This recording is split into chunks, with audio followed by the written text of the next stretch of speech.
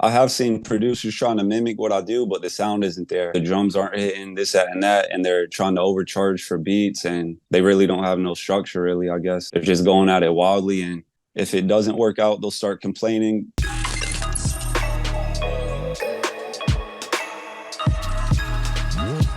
So how long do you think it takes in modern day beat selling to really build a business up if you're working at it consistently?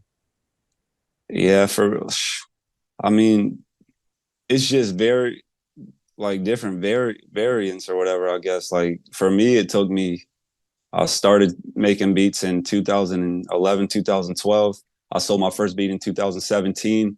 And during 2017, that's when I started posting to SoundCloud every day and stuff like that. And then honestly, it took up until about a year and a half ago when I quit my job to like even before I quit my job, like I told you, I was making like 800 to 1500 a month doing it. But it's like I really still didn't look at it like, man, like this is a business. This is my business, until I actually just jumped into it and did it. But it took years to build up that clientele. And once I finally quit and did it full time, like I said, I probably doubled to triple my clientele since I've been doing this full time and just put my head down and been grinding.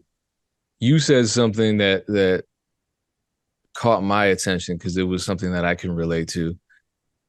When I went full time with music, I had just come off of having three jobs and being a full time student.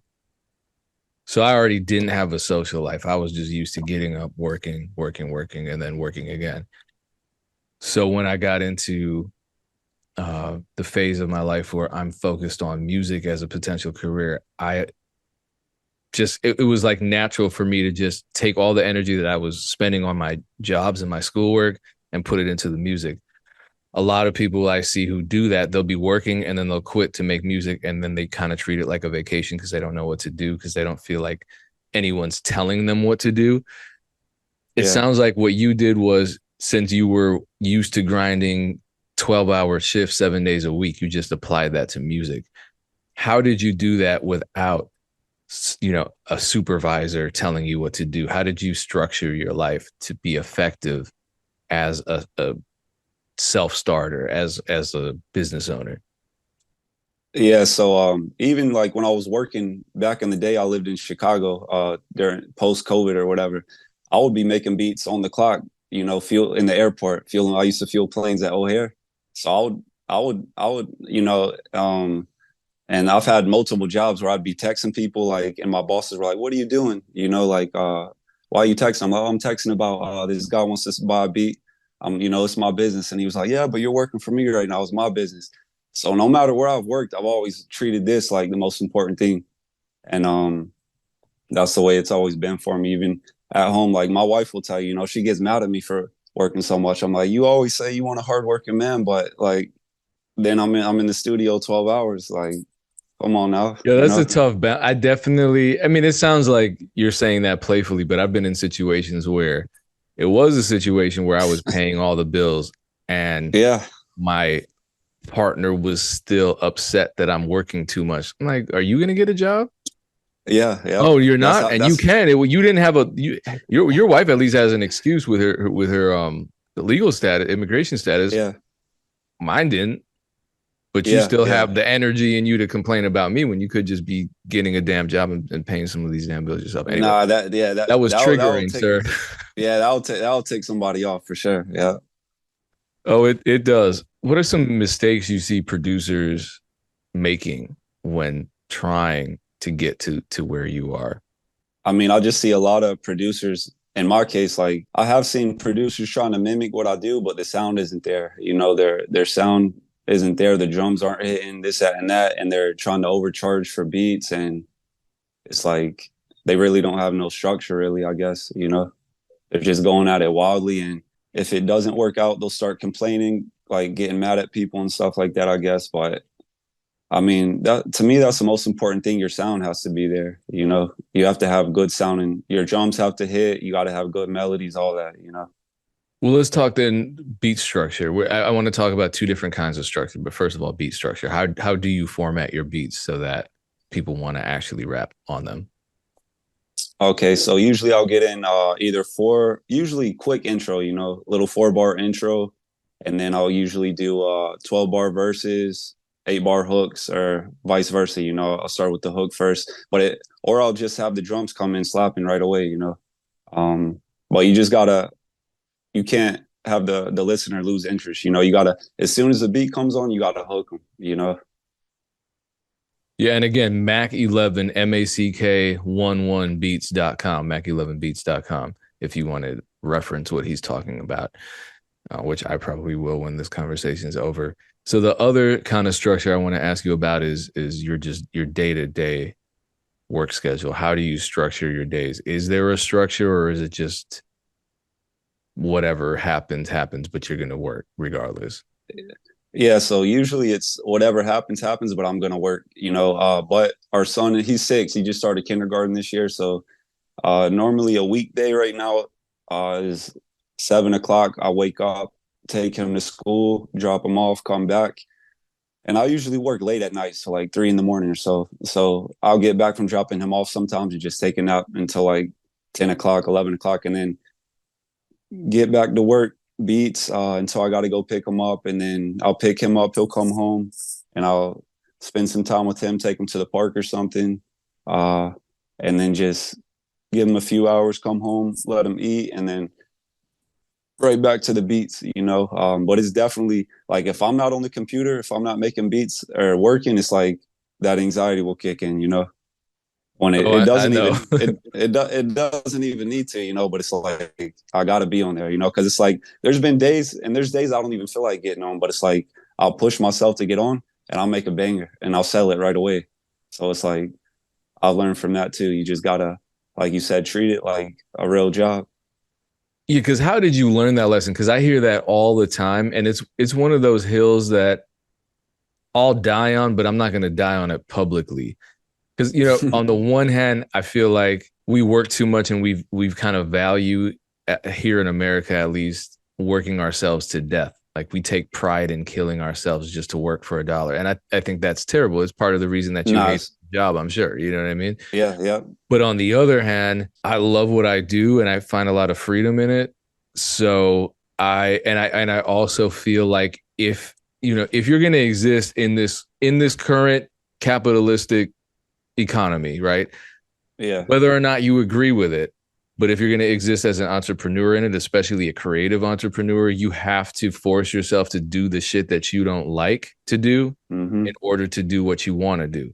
Like I don't love checking my email. I don't love paying for ads. I don't these are things that I don't love doing. I love making music. I love making songs.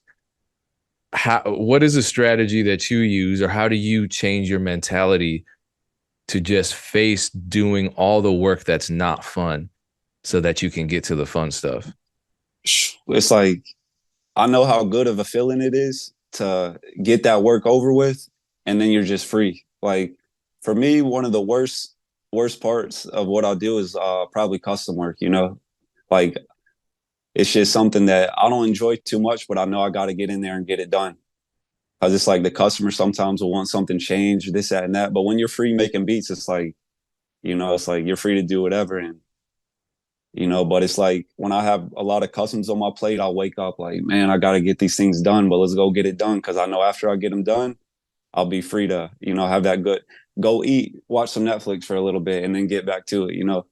As to whereas when I still got all that work on my plate, and if I want to go and watch Netflix, that's the only thing on my mind. Like, man, I got to get this work done. Yeah, you're speaking to my soul. I have a list of custom work. I'm gonna try to finish the majority of it today. Damn, that's a lot. Yeah, that's how it All is right. with me Yeah, too. no, I just it hate is. getting them piled up on there. Like, you Well, know, but that's how it happens. I feel like it must be law of attraction or something, because someone will request custom work and then the next day you get two, three more. And you're like, damn, why can't this be spread out? bro, this month has been like not. I was telling my wife, I'm like last month and this month has been nothing but custom work for me. I'm like, man, like Mm. I'm like I don't mind it, but it's like you just got to put in that work and get it done. I mean, it's great because that's, I feel like, how you really connect with an artist Yeah, and really build a, a long-term working relationship with them. Because usually I'd say the majority of people that work with me on a custom basis are going to come back 3, 4 more times throughout the year. It's not just a one-off deal. Um, Also, so last question: when you sell beats, are you collecting emails? Are you staying in touch with people? Do you have some kind of contact system, some kind of remarketing, retargeting system? Yeah, so I always have a system like messages. I'll keep the messages. Anybody who shops with me, I'll keep them, and then through the website, it saves their emails and all that too. Like I'm sure you heard of like funnels and stuff like that.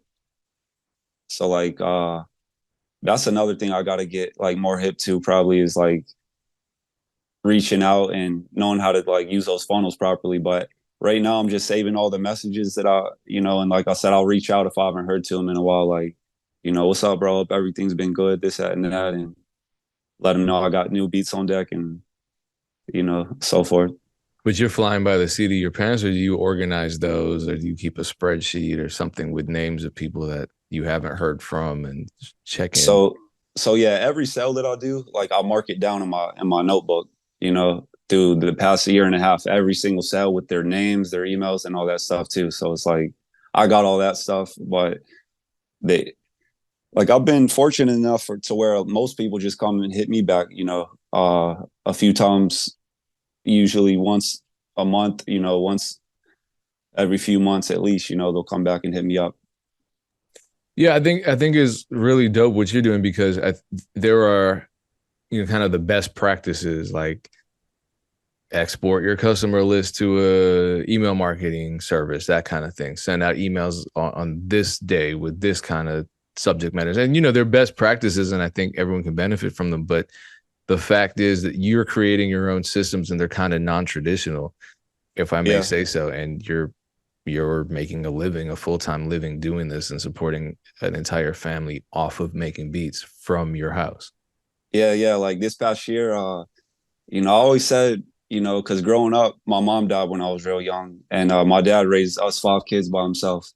And I always said, one day I'd love to be able to, do something special for him, send him on a trip or something. And it's like this past year for Christmas, I bought him, I got him, me and my older sister put in to get him a trip to Florida, if it felt real nice. Like I was like, man, I'll just sat back, like, even if it stops tomorrow, I could say like, yo, like, thank God, like I did it.